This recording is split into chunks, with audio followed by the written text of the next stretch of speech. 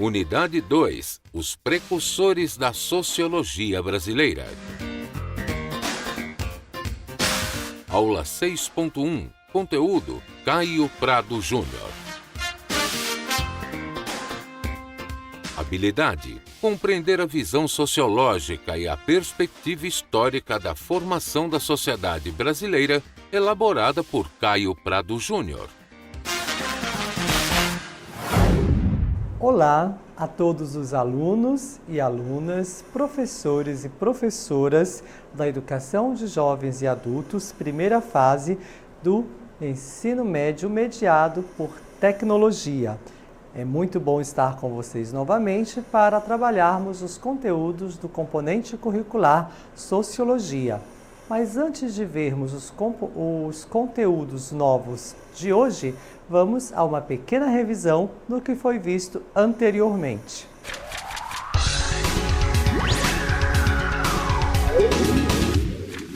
Na aula anterior, nós falamos de sociólogos brasileiros e o último que nós vimos na aula anterior foi Sérgio Buarque de Holanda, que nasceu em São Paulo em 11 de junho de 1902 e faleceu em abril de 1982. Sérgio Buarque de Holanda é também considerado um dos mais importantes intelectuais brasileiros do século XX. Sérgio Buarque de Holanda busca entender e interpretar a estrutura social política brasileira a partir das raízes históricas nacionais. Esta análise ele faz com base em uma perspectiva weberiana de Max Weber, onde ele tenta procurar compreender o tipo ideal do homem brasileiro, que, segundo ele é baseado em uma forma muito peculiar do trato com a coisa pública. Hoje nós chamaríamos de o famoso jeitinho brasileiro.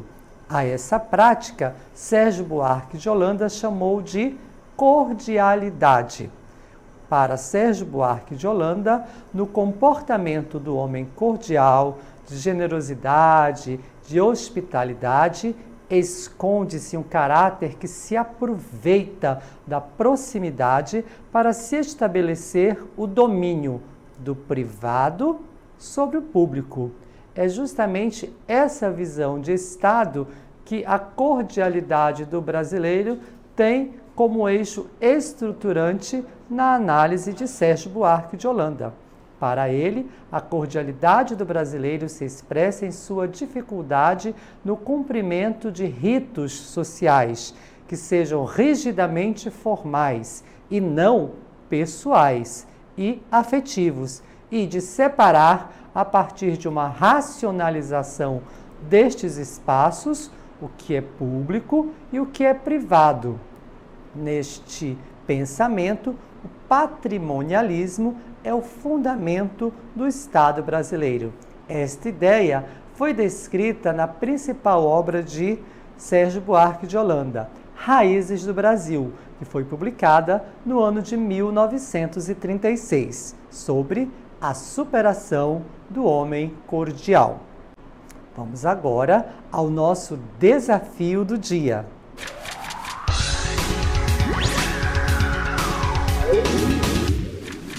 Vamos assistir a um vídeo muito interessante para que logo a seguir nós possamos trabalhar os conteúdos de um pensador brasileiro sobre a sociedade brasileira. Assistam atentamente ao nosso desafio do dia.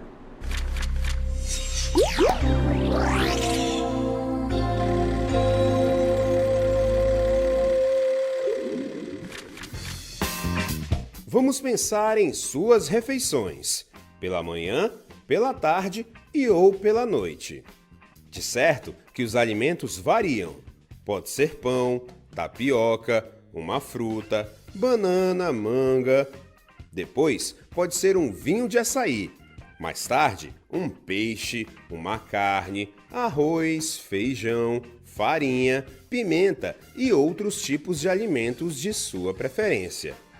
Imagine agora você sendo obrigado a se alimentar de um só tipo de alimento, somente farinha ou somente banana. Ia ser difícil? Isto abalaria sua saúde física e até mental? Imagine um país sendo obrigado a praticar um só tipo de atividade econômica. Seria saudável? Muito bem, vamos agora conhecer mais um pensador importante para a construção do pensamento social brasileiro.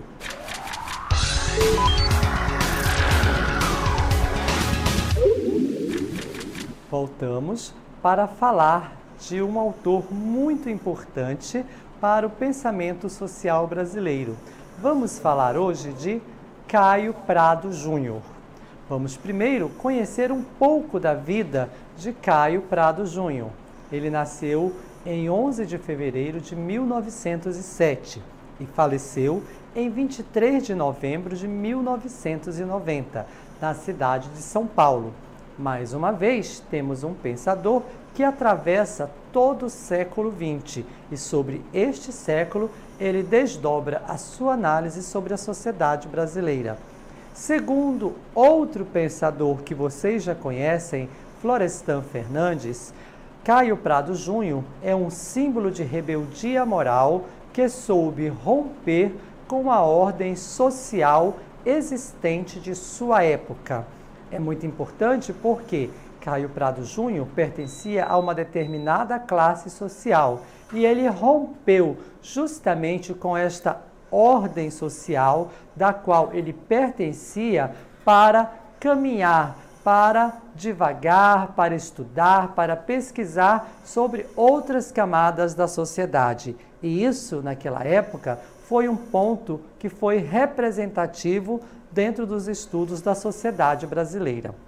Caio Prado Júnior, ele viveu numa época de efervescência intelectual e política reinante na cidade de São Paulo, nos anos de 1920.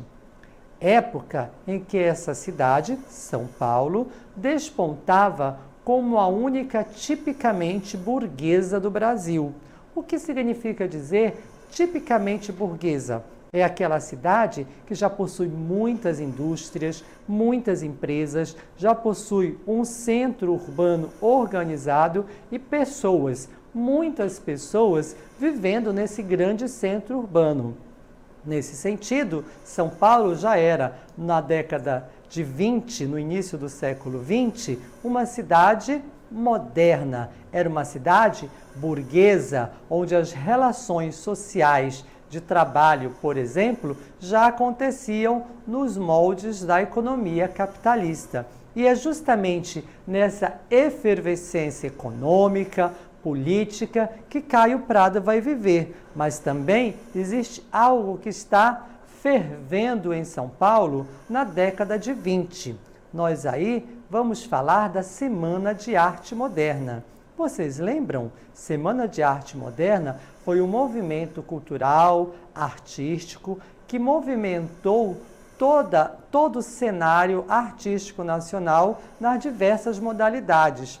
Dessa semana, que aconteceu em São Paulo, no ano de 1922, nós podemos citar a importância de outros autores, como Oswald de Andrade, Patrícia Galvão, a famosa Pagu, e outros modernistas que ergueram a bandeira da antropofagia e do inconformismo político, através de um tipo de condenação sarcástica e simbólica às omissões imperantes. É justamente no meio dessa efervescência cultural, desse movimento artístico, que Caio Prado Júnior vai se situar, para a partir daí traçar a sua trajetória pessoal, a sua trajetória acadêmica e também sua trajetória política.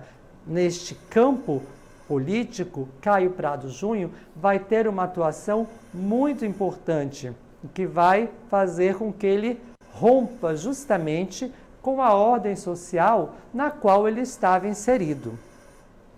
Caio Prado Júnior tornou-se um militante político e, em 1935, já era vice-presidente de um partido, a Aliança Nacional Libertadora. Quando foi em 1947, ele se tornou deputado pelo estado de São Paulo. Aliás, segundo Florestan Fernandes, um deputado renovador e exemplar. Caio Prado Júnior, na verdade, faz parte do florescer da inteligência brasileira, que buscou explicar as raízes do Brasil, não mais enfatizando os heróis individuais, mas a partir de análises de conjecturas em que os grupos políticos, segmento de raça e classe social têm um papel privilegiado na explicação da história. Ou seja, não mais aqueles heróis que até algum tempo atrás, algumas décadas, nós ouvíamos falar e ainda ouvimos em nossas aulas de história, por exemplo, que são heróis nacionais. Não, Caio Prado Júnior disse, não são esses chamados heróis nacionais que vão explicar a formação da sociedade brasileira. Aí temos a participação de outros segmentos, como raça, classe social. É a partir daí que vamos entender a sociedade brasileira. Por isso, em seus escritos, ele trouxe temas nacionalistas que vão, aos poucos, dominando a literatura e procurando uma identidade em outros personagens históricos, não mais, como já dissemos, aqueles heróis, aqueles considerados heróis. Mas onde que ele vai buscar? Quais são os personagens históricos que Caio Prado Júnior vai buscar para entender a sociedade brasileira? Ele vai buscar no negro, no índio, no caipira, na paisagem dos canaviais nordestinos e também nos cafezais do sul do Brasil. Desta forma, em 1933, em um ensaio intitulado Evolução Política do Brasil, Caio Prado Júnior explana a ideia sobre o feudalismo brasileiro e a questão do latifúndio, buscando entendê-la no período colonial.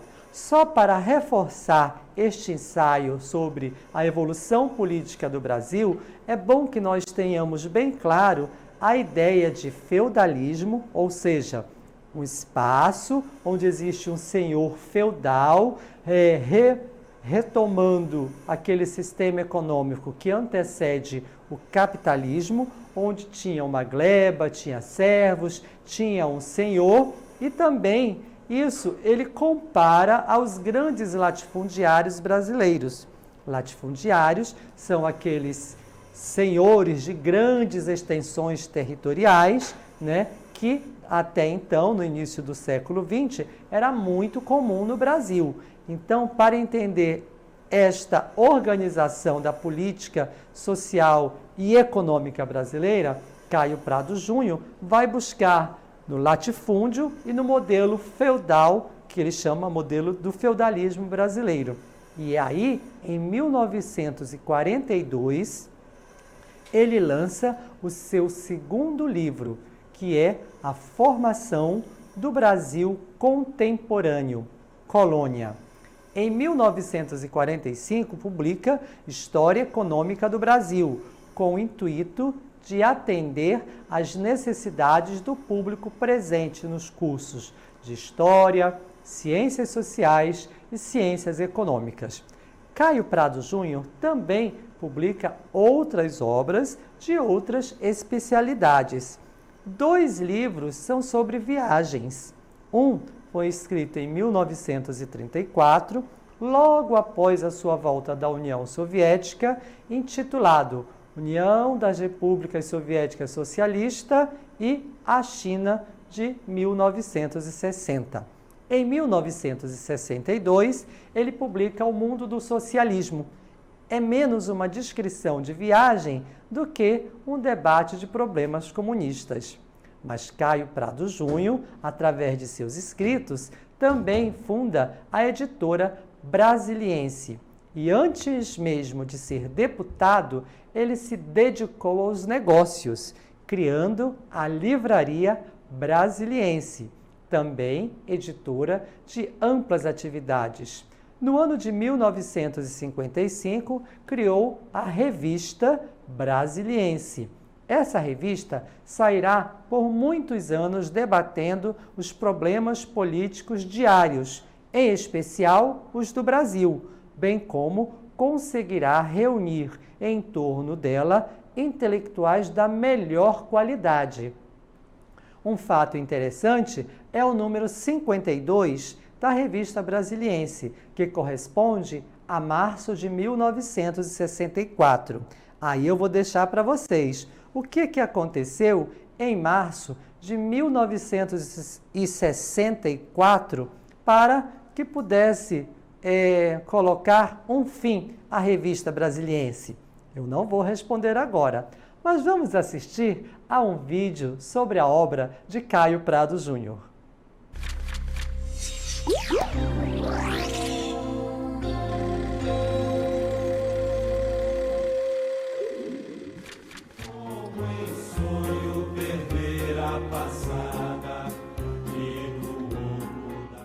Este é o nosso ponto de partida, o presente, para uma viagem que muito nos ajudará a melhor entender o Brasil. Nosso guia será o pensamento de Caio Prado Júnior, que, aliás, era também amante das viagens e, por meio delas, pôde observar, pensar e escrever coisas sobre nosso país de um modo inédito até então.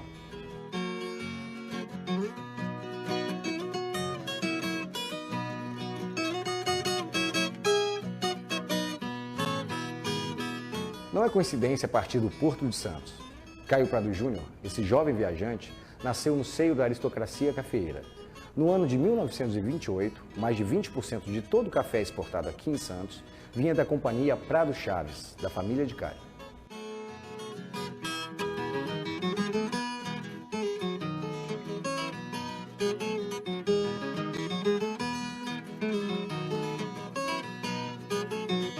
Nem mesmo nascer de uma família de barões do café impediu Caio Prado Júnior de ser um aristocrata rebelde, disposto a pensar a formação do Brasil, sua economia, sua história, sempre de olho na necessidade de transformação. Importante é justamente a posição que o Caio, acho que já na evolução política do Brasil está sugerindo, de entender o Brasil especialmente na sua relação com o resto do mundo.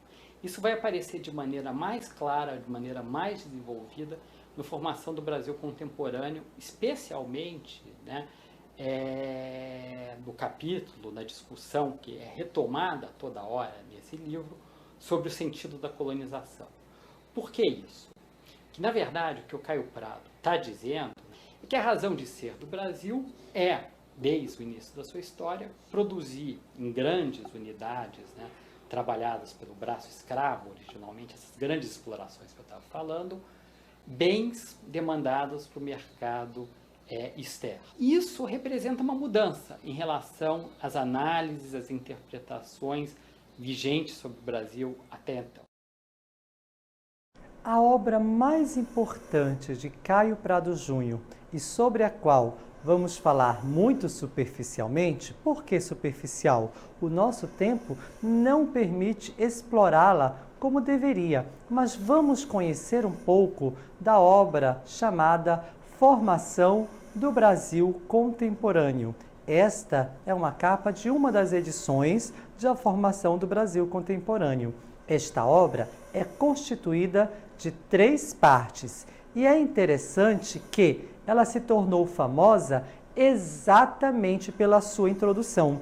Na introdução, que é o número 1, fala sobre o sentido da colonização, o sentido de exploração agroexportadora para satisfação do mercado europeu, sem preocupação com o mercado mundial ou interno. Ou seja, o Brasil ele foi preparado pelos seus colonizadores para que todos os produtos plantados aqui, ou seja, todo produto plantado aqui, fosse para satisfazer o mercado europeu, o mercado mundial e não para se preocupar com o mercado interno, e que isso se dava a partir sempre da agricultura, que era para exportação, por isso agroexportadora. Esse é o ponto crucial da obra de Caio Prado Júnior. É um ponto relevante e que traz uma análise diferenciada para o modelo econômico implantado no Brasil desde a sua colonização, ou seja, desde o início dos anos de 1500, no século XVI, e que, na visão deste autor, permanecia até o início do século XX. Outro capítulo do livro é o povoamento. Para Caio Prado Júnior, o povoamento só começou a penetrar o interior, de fato, no final do século XVII e depois somente no século XIX, do Nordeste para o Sul e Sudeste do país. Ou seja, o povoamento do Brasil se deu a partir da sua costa litorânea. Ele só era habitado, só era povoado naquela região litorânea do Brasil. E no século XVII teve uma entrada para o centro do país e depois somente no século XIX para o sul e para o sudeste. Ou seja, o povoamento deste imenso país só vai acontecer mesmo no século XIX. Até então, só era habitada, só era povoada a parte litorânea, ou seja, a costa brasileira. E isso Caio Prado Júnior chama muito bem a nossa atenção. A terceira parte desta obra é a vida material e a vida social. Aí nós vamos dividir um pouco para entendermos rapidamente o que era a vida material na colônia e que ainda se reproduzia no início do século XX no Brasil. Caio Prado Júnior percebe a estrutura econômica do Brasil colônia como questão agrária, que, de fato, é apoiada no latifúndio, naquela grande extensão de terra com um único dono, e na monocultura e na escravidão, que formaram um sistema único, fundamento das relações econômicas e sociais. Quero chamar a atenção para o grande latifúndio e que neste latifúndio, nessa grande extensão de terra, havia apenas a monocultura. O que é monocultura? É a plantação, é o cultivo de apenas um produto.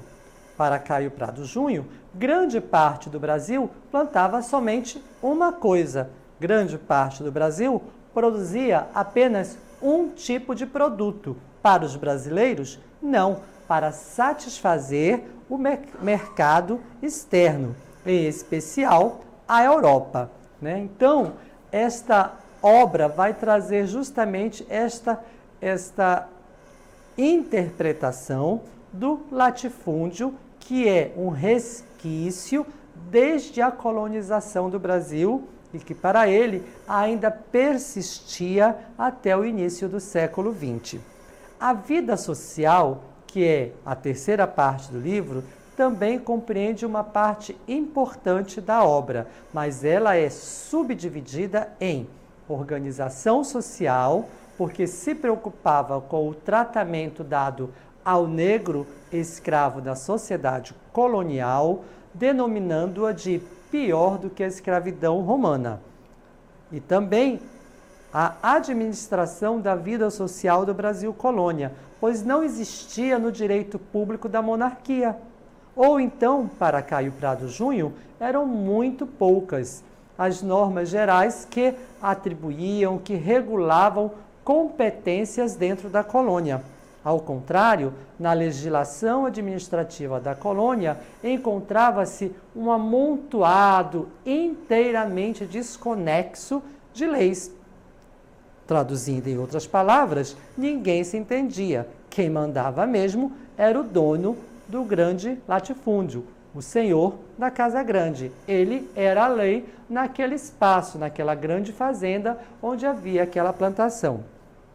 Assim, a obra vai fechar com a vida social e política, como acontecia no Brasil colônia que por sua vez vai persistir no Brasil, segundo Caio Prado Júnior. A vida social e política são as relações que se estabeleceram como resultado imediato de aproximação de indivíduos, raças e grupos díspares, que não ultrapassavam o contato elementar. Interessante, né? Não ultrapassavam o contato elementar, mas mesmo assim é muito forte a presença da mestiçagem no povo brasileiro. Embora o tratamento seja de distanciamento do negro, do índio e de outras raças díspares, como diz Caio Prado Júnior, isso não impediu o que outro autor, como Gilberto Freire, por exemplo, chamou de a mistura do povo brasileiro. A relação que se dava dentro desse grande latifúndio era de distanciamento, ou seja, não havia muita proximidade entre o senhor do engenho e as outras camadas sociais ou outras raças, né? Ele ficava distante, ele era o senhor da fazenda, branco, mas mesmo assim a raça se misturou, brancos com negros, brancos com índios, o que gerou a mestiçagem no Brasil. Formação do Brasil Contemporâneo é a principal obra de Caio Prado Júnior e é a tese de que o Brasil contemporâneo se define pelo seu período colonial, que se baseia, que se balanceia e se encerra com o século XVIII. Mas, vejam bem, do século XVI ao século XVIII, atravessando o século XIX, para a análise de Caio Prado Júnior no século XX, são praticamente 400 anos de um modelo econômico de monocultura que sustentou o exterior, principalmente a Europa. As transformações que se operam sucederam-se no decorrer do decênio anterior e a este e no atual. Ou seja, no século XX é que Caio Prado Júnior começa a perceber alguma modificação no cenário econômico, principalmente brasileiro. Deixa de atender somente a uma cultura, somente a um mercado agroexportador. O Brasil não plantava para os brasileiros, o Brasil não produzia para os brasileiros, ele produzia para um mercado externo. Caio Prado Júnior considera que naquele passado se constituíram os fundamentos da nacionalidade. Povoou-se um território semideserto, organizou-se nele uma vida humana divergente da nativa, que eram os índios, né? O passado colonial, então, está presente no Brasil de hoje, mesmo que, em parte, esse passado tenha se modificado. Vamos assistir a segunda parte de um vídeo sobre a obra de Caio Prado Júnior.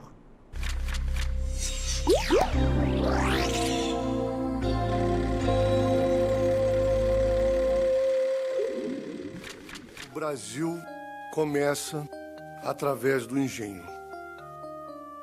O engenho era feito do senhor de engenho, todo-poderoso, que parecia um senhor medieval. Ele tinha o domínio absoluto, era a autoridade máxima, econômica, jurídica e até religiosa na colônia, no século XVI e no século XVII.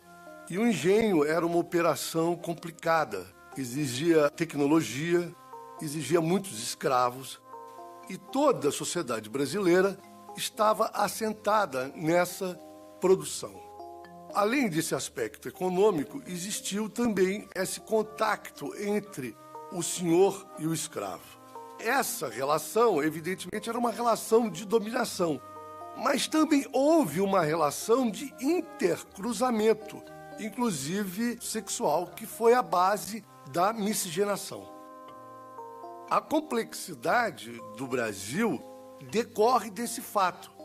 É uma relação de exploração, de classe, mas ao mesmo tempo permeada dessa relação corporal, afetiva, sexual.